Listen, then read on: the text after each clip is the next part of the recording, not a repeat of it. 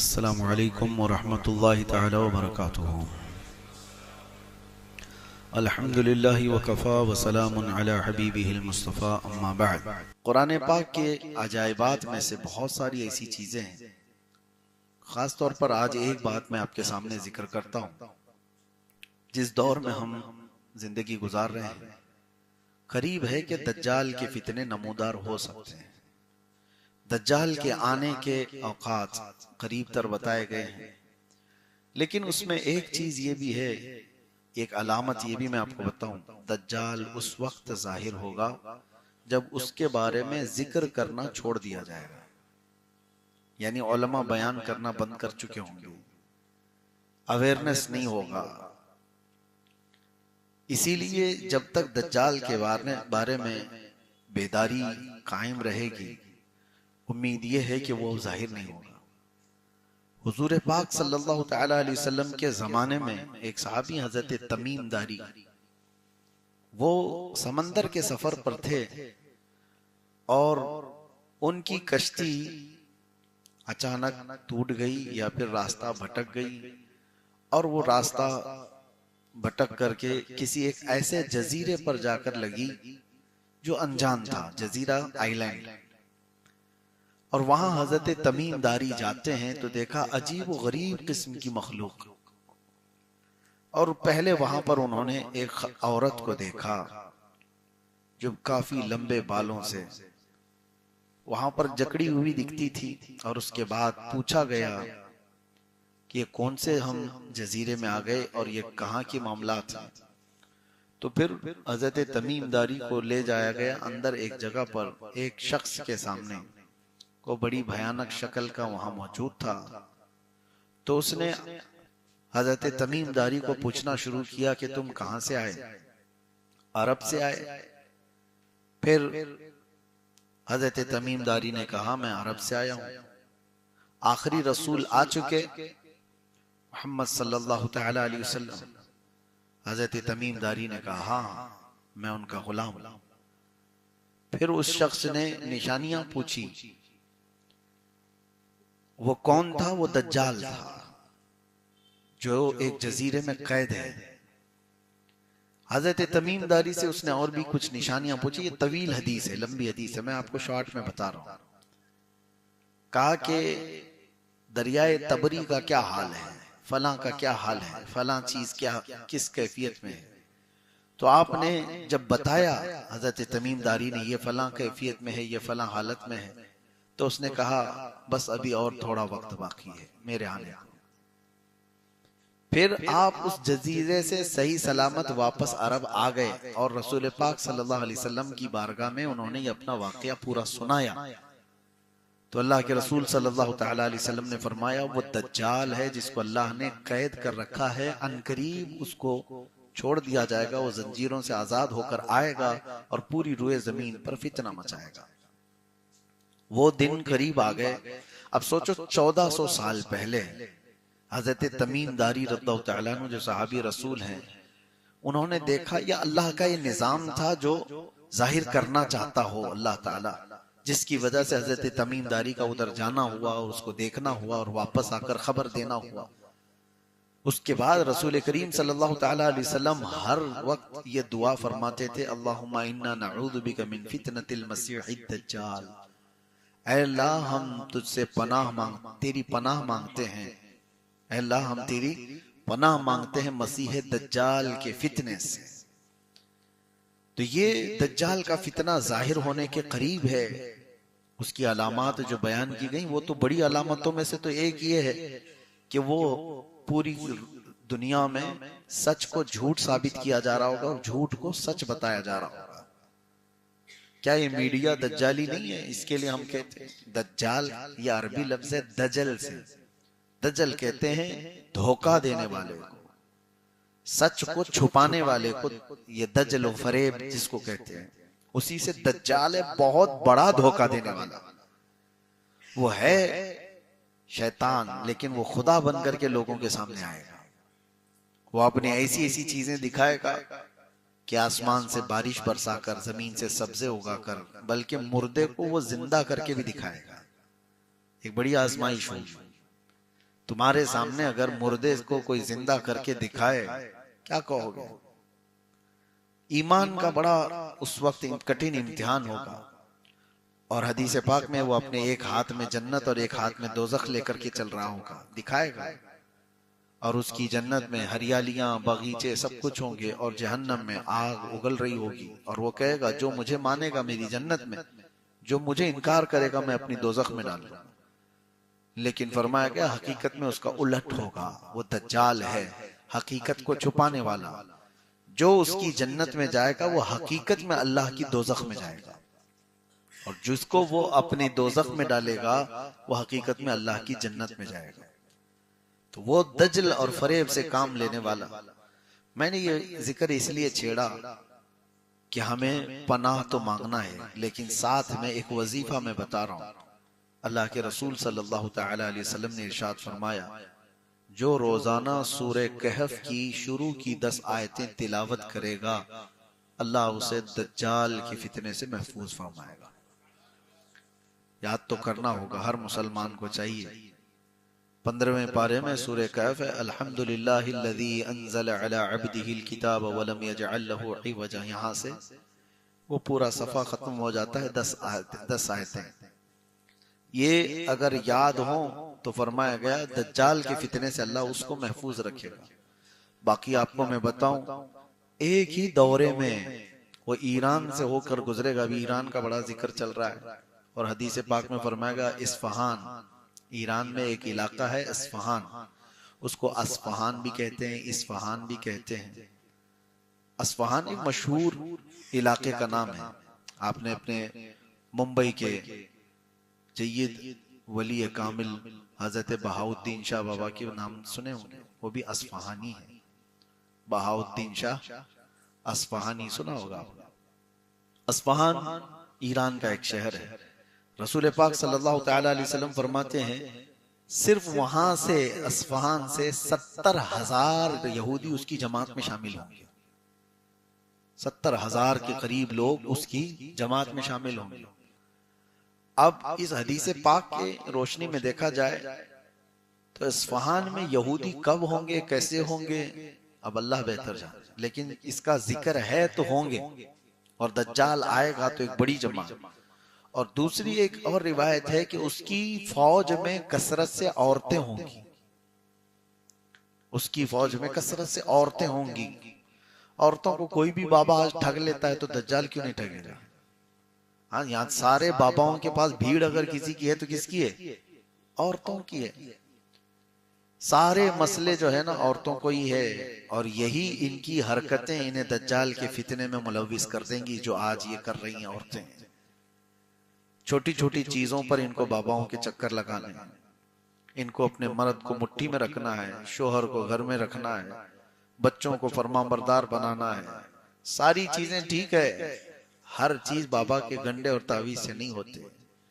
और कितनी औरतें ऐसी हैं जो औलाद के लिए बेटा चाहिए, बेटी चाहिए, और पता नहीं क्या क्या चाहिए, इस सिलसिले में वो बहकती चली गई।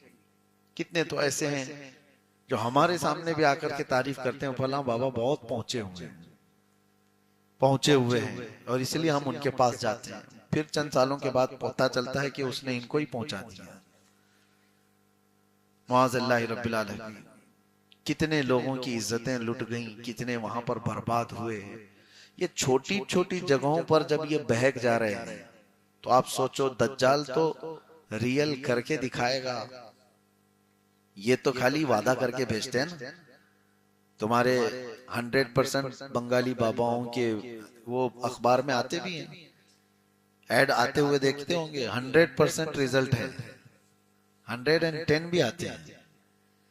तो यहाँ तो सिर्फ इनके दावे हैं कि नौकरी पक्की है, तलाक भी पक्की है, मोहब्बत भी पक्की, अदावत भी पक्की, सब इनके पास दावे हैं। लेकिन दज्जाल तो सामने रियल करके दिखा देगा। बाद की बात नहीं, अभी देख लो, बारिश बरस जाएगी, सब्जा उग जाएगा, मरा हुआ आदमी जिंदा खड़ा हो जाएगा, जिंदे को वो मार भी देगा, मौत दे देगा।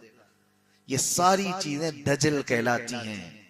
दजल ये हकीकत नहीं है। अल्लाह तबारक व तआला ने उसको जो चीजें दी हैं वो हकीकत को छुपाएगा इंसानों के सामने।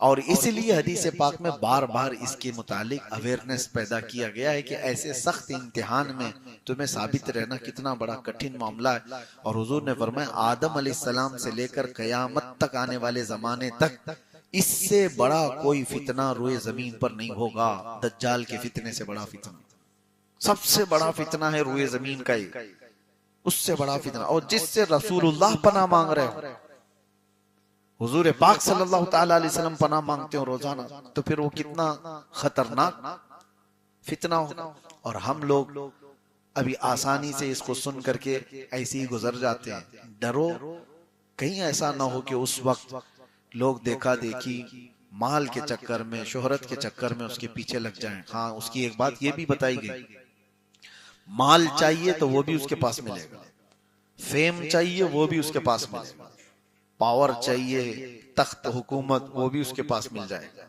बहुत जल्दी जल्दी वो चीजें दे देगा। तो इन तमाम चीजों के जो भिखारी हैं वो बहुत जल्दी चले जाएंगे, पैसे के, पावर के, शोहरत के। ये ख्वाहिशात जिसकी हैं वो दज्जाल की फौज में ऑटोमेटिक शामिल हो जाएंगे, और जिनको आखिरत का डर होगा वो बचे रहेंगे, अल्लाह तबारक व तआला का खौफ होगा, वो बचे रहेंगे। बाकी यहाँ तो हजारों को आप देखते हैं, हम कोई थोड़े से भी पैसे बांट रहा हो तो उसके यहाँ तो भीड़ लगी जाती है। कोई अगर पावर देने की बात करे तो उसके पास आगे पीछे तो घूमने वालों की कतार लगी जाती है। तो दज्जाल के साथ जब ये सारे ऑफर मिल रहे हो तो कितने लोग जा रहे होंगे। अल्लाह हमारी हिफाजत फरमाए। सूरह कहफ के मुतालिक इसलिए मैंने कहा, इसमें अल्लाह ताला ने कुछ ऐसे नौजवानों का जिक्र फरमाया है जो अपना ईमान बचाकर बादशाह से निकल गए थे। वो कितने थे, 7 थे या 8 थे, अल्लाह को उनकी तादाद बेहतर मालूम, कितनी है वो अल्लाह बेहतर जानता है। एक बात यह है, सूरह कहफ कब उतरी वो भी मैं बता दूं। यहूदी आए थे 3 सवालात लेकर के हुजूर सल्लल्लाहु अलैहि वसल्लम के पास। बहुत तवज्जो से सुनिए इस चीज को। 3 सवालात लेकर के आए थे और उस वक्त रसूल करीम सल्लल्लाहु ताला अलैहि वसल्लम से उन्होंने ये पूछा था। उसमें से एक सवाल ये था, असहाबे कहफ कितने थे, असहाबे कहफ कितने थे। तो हुजूर सल्लल्लाहु अलैहि वसल्लम ने क्या फरमाया, कल आओ मैं बताता हूं। क्या फरमाया, कल आओ मैं बताता हूं। वो चले गए, कल आए, हुजूर सल्लल्लाहु अलैहि वसल्लम वही के इंतजार में थे कि अल्लाह ताला कुछ वही नाजिल फरमाएगा, मैं जवाब दूंगा। वही आई नहीं। दूसरे दिन वो आए तो हुजूर ने फिर उनको भेज दिया, कुरान की वही आई नहीं, तुम जाओ फिर मैं कल बताऊंगा। यहां तक के 15 दिन गुजर गए, जिब्राइल अमीन कोई वही लेकर नहीं आए। रसूल पाक सल्लल्लाहु ताला अलैहि वसल्लम गमगीन हो गए कि मुझसे कोई ऐसी चीज हो गई कि अल्लाह नाराज है। वही का सिलसिला रुक गया। अब सुनो, उसके 15 दिन के बाद आई वही, लेकिन ये पूरी सूरह कहफ, और उसमें एक आयत अल्लाह ने बयान फरमाई, ये अपने नबी को तालीम देते हुए हम सब के लिए भी। अल्लाह फरमाता, वला तक़ूलन्ना लिशैइन इन्नी फ़ाइलुन ज़ालिका गदा इल्ला यशा अल्लाह। ऐ रसूल, हरगिज हरगिज ये मत कहना कि कल मैं ये करने वाला हूं, हरगिज मत कहना। हुजूर ने क्या फरमाया था यहूदियों से, कल आना बताऊंगा। अल्लाह फरमाता, हरगिज ये मत कहना कि कल आना या कल मैं ये करने वाला हूं, बल्कि जब भी कल की बात आए तो कहना इंशाअल्लाह। ये अल्लाह ने तालीम फरमाई, इल्ला इंशाअल्लाह, हाँ मगर अल्लाह चाहे तो ये हमारी जिंदगी का भी मामूल हो। अब हम इंशाअल्लाह कहते हैं तो लोग कहते हैं पक्का बोलो ना। इंशाअल्लाह का मतलब क्या है? आपको ऐसा लगता है शक है तो बोलता है आदमी? नहीं मेरे अजीजों, जो यकीन की बात हो उसको भी इंशाअल्लाह कहा जाए। आपको अगर किसी ने बुलाया दावत में, आपको क्या कहना है? हाँ मैं इंशाअल्लाह आऊंगा। तो सामने वाले को ऐसा क्यों फील हो रहा है कि ये इंशाअल्लाह बोल रहा है, टालने वाला तो नहीं? ऐसा नहीं है, ये माहौल, ये मेंटेलिटी बनी हुई। बल्कि यकीन वाला जो तुम्हारा मामला होगा उसके लिए भी आप इंशाअल्लाह का ही इस्तेमाल करें। ऐसा होता था हमारे साथ। हम जब मिस्र गए थे, शुरू में हमारे हॉस्टल से जो कॉलेज जाने की बस होती थी, 80 नंबर की बस होती थी, वो जाती थी। शुरू में जब जाके खड़े हुए, हमको मालूम नहीं था, तो हम ड्राइवर से पूछते कि मदीना नस्र जाएगी ये, यानी हमारे कॉलेज जहां पर है। ड्राइवर कहता इंशाअल्लाह। तो हम मुंह देखते खड़े हो जाते कि ये जाएगा भी कि नहीं जाएगा, इंशाअल्लाह क्यों कह रहा है। तो ये यहाँ का मिजाज बना हुआ था। और वहां अरबों का हाल ये है कि यकीन वाली चीज भी, उसको जाना ही है वहां पर, वहीं जाने की बस है वो, उसके बावजूद भी वो कहता है इंशाअल्लाह बेइज़्निल्लाह। ये मुसलमानों की आदात में से है, सिफात में से है। हमारे वालिद फरमाया करते थे इंशाअल्लाह कहने के सिलसिले में। एक आदमी घोड़ा खरीदने जा रहा था और 50,000 रुपए लेकर के निकला था। इमाम साहब के पास आया, कहा कि हुजूर आज एक बेहतरीन घोड़ा खरीदने जा रहा हूं। तो हजरत ने कहा इंशाअल्लाह कहो। इसने कहा काहे को इंशाअल्लाह, पैसा भी तैयार, सब कुछ तैयार, मार्केट सामने है, अभी जाऊंगा शाम में घोड़ा लेके आऊंगा, सब कुछ रेडी है, फिर क्या इंशाअल्लाह कहना है। तो हजरत ने समझाया, लेकिन वो तुर्रम खां था, गया। घोड़ा बाद में खरीदूंगा, पहले होटल में बैठ के बिरयानी खाया, जम के बिरयानी खाया। और उसके बाद जब बिरयानी मुकम्मल हुई तो पता चला किसी ने जेब काट लिया, पूरे पैसों की पर्स ही मार लिया कोई। उसके बाद फिर उसकी हालत खराब हो गई। वहां तो होटल में पैसे देने को नहीं थे, तो होटल वालों ने प्लेट धुलवाए, टेबल साफ करवाए, सब कुछ करवाए। शाम में वो आया इमाम साहब के पास, मगरिब में पहुंचा। हजरत ने पूछा घोड़ा कहाँ है। तो उसने कहा कि हजरत घोड़ा बाद में, इंशाअल्लाह मैं होटल गया था, इंशाअल्लाह बिरयानी खाया, इंशाअल्लाह पैसे चोरी हो गए, इंशाअल्लाह टेबल साफ किया, इंशाअल्लाह प्लेट धोया, और इंशाअल्लाह अभी आ गया। अब जिंदगी भर इंशाअल्लाह। तो ये आपको इसलिए मैं अर्ज कर रहा हूं कि तुम्हारे साथ कोई हादसा हो जाए उसके बाद सीखोगे नहीं, बल्कि इंशाअल्लाह में वो ताकत है। हजरत सुलेमान अलैहिस्सलाम के मुतालिक फरमाया, उन्होंने एक बार ये कहा था, उनकी 100 बीवियां थी, आता आज की रात में सारी बीवियों के पास जाऊंगा और हर एक से एक एक मुजाहिद पैदा करूंगा। वो नबी थे, नबी की कुव्वत और ताकत 100 मर्दों से ज्यादा हो। उन्होंने कहा, लेकिन इत्तेफाक ऐसा हुआ कि आप सारी बीवियों के पास गए भी, मुलाकात भी हुई, किसी भी बीवी को हमल नहीं ठहरा सिवाय एक के। 99 बीवियों को नहीं और एक को, और उससे भी ये पता चलता है कि निहायत ही कमजोर बच्चा पैदा हो। और फिर रब तबारक व तआला की तरफ से तलकीन तालीम करते हुए सुलेमान अलैहिस्सलाम को कहा गया कि अगर तुम जाने से पहले इंशाअल्लाह कहे होते, हर बीवी से तुम्हारे मुजाहिद ही पैदा होता। नबियों के लिए तालीम है तो फिर आम लोगों के लिए क्या है। तो सूरह कहफ जो उतरी वो भी इसी बात पर आई थी। बहरहाल अल्लाह तबारक तआला ने उसमें 7 नौजवानों का जिक्र किया, या 8, जितने भी थे, वो 7 थे या 8 थे, अल्लाह को उनकी तादाद बेहतर मालूम। और वो ऐसे लोग थे जिन्होंने अपना ईमान बचाया था उस बादशाह से, जो बादशाह उस वक्त बुत परस्ती में था, कुफ्र और शिर्क में मुब्तला था। और ये वो लोग थे जो दीन ईसा पर थे, ईसा अलैहिस्सलाम के सच्चे दीन पर कायम थे। और एक गार में जाकर के सोए तो अल्लाह ने उनको 300 साल तक की नींद दे दी। 300 साल के बाद उठे। उसका जिक्र सूरह कहफ में है कि वो कैसे सो रहे थे। वहां पर सूरह, वो जो गार था उसमें कैसे सोते थे। कुरान में अल्लाह फरमाते हैं, तरशम्स इज़ा तलअत तज़ावरु अन कहफिहिम ज़ातल यमीन व इज़ा गरबत तक़रिदुहुम ज़ातश शिमाल। तुम देखोगे सूरज जब पूरब से निकलकर पश्चिम की तरफ जाता है तो उनके गार के बिल्कुल ऊपर से नहीं जाता, कभी इधर हो जाता है और कभी इधर हो जाता है, ताकि तेज धूप की लौ उनके जिस्मों पर ना पड़े। 300 साल तक सूरज की गर्म तपिश से भी अल्लाह उनकी हिफाजत फरमाए। वो असहाबे कहफ थे। ईमान बचाने की जिन्हें फिक्र थी, अल्लाह ताला ने उनको 300 साल तक बचा रखा। ठंडियां, गर्मियां और दूसरे मौसमों के थपेड़ों से अल्लाह ने उनकी हिफाजत की।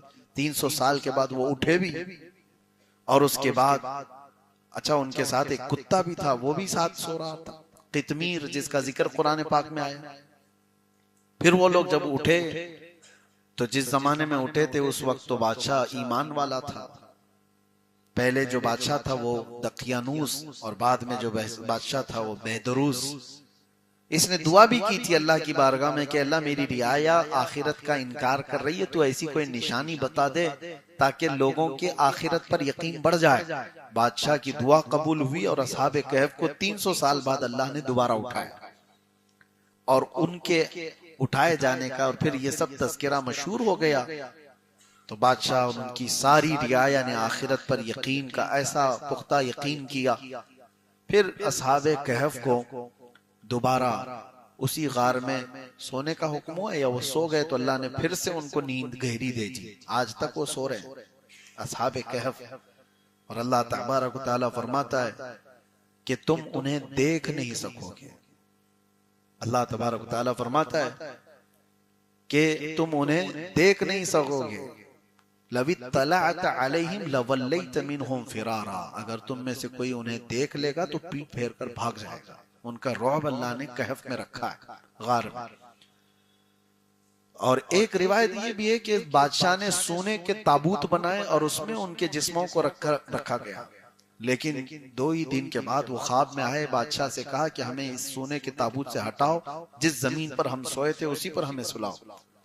फिर वो सोने के ताबूत अलग कर दिए गए और फिर वहां पर जिस जमीन पर वो थे उसी जमीन पर उन्हें रख दिया गया और फिर गार को बाहर से बंद कर दिया गया।